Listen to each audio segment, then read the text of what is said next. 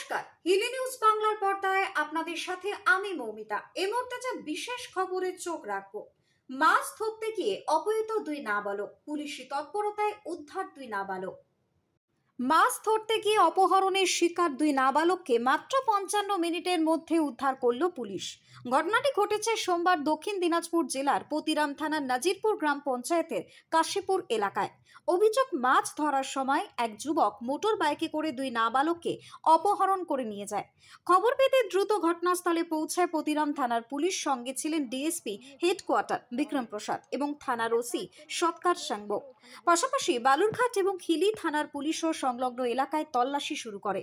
অবশেষে 55 মিনিটের মধ্যে দুই নাবালককে উদ্ধার করে পুলিশ এবং অভিযুক্ত সুমন মাহাতোকে আটক করে। পুলিশ সূত্রে জানা যায় যে সুমন নাকি পাশের গ্রামের এক আত্মীয়র বাড়ির রাস্তা চিনিয়ে দেওয়ার জন্য নাবালকদের সাহায্য চেয়েছিল। পরে স্থানীয়রা ঘটনাটি দেখে অপহরণের সন্দেহে হইচই শুরু করে। ক্ষুব্ধ জনতা অভিযুক্তকে ঘিরে ধরে মারধরের চেষ্টা করলে পুলিশ সময় মতো পৌঁছে তাকে উদ্ধার করে থানায় নিয়ে যায়। ঘটনায় এলাকায় ব্যাপক চাঞ্চল্য ছড়িয়েছে। Bureau report, Hili news Bangla.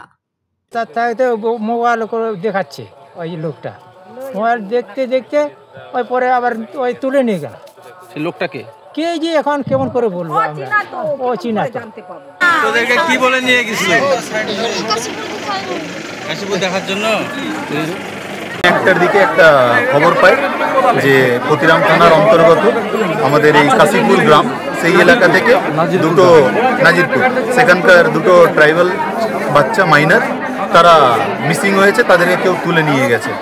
এই খবর পাওয়ার পরে আমরা ইমিডিয়েটলি পুরো ডিস্ট্রিক্টের টিম আমাদের এসপি স্যারের নেতৃত্বে সব জায়গায় অ্যান্টি ক্রাইম নাকা আমরা প্লেস করি এবং অল র্যাঙ্কিং অফিসার, সিনিয়র থেকে সাবঅর্ডিনেট সমস্ত ranking officer, all ICs OC সবাই ফিল্ডে নামে।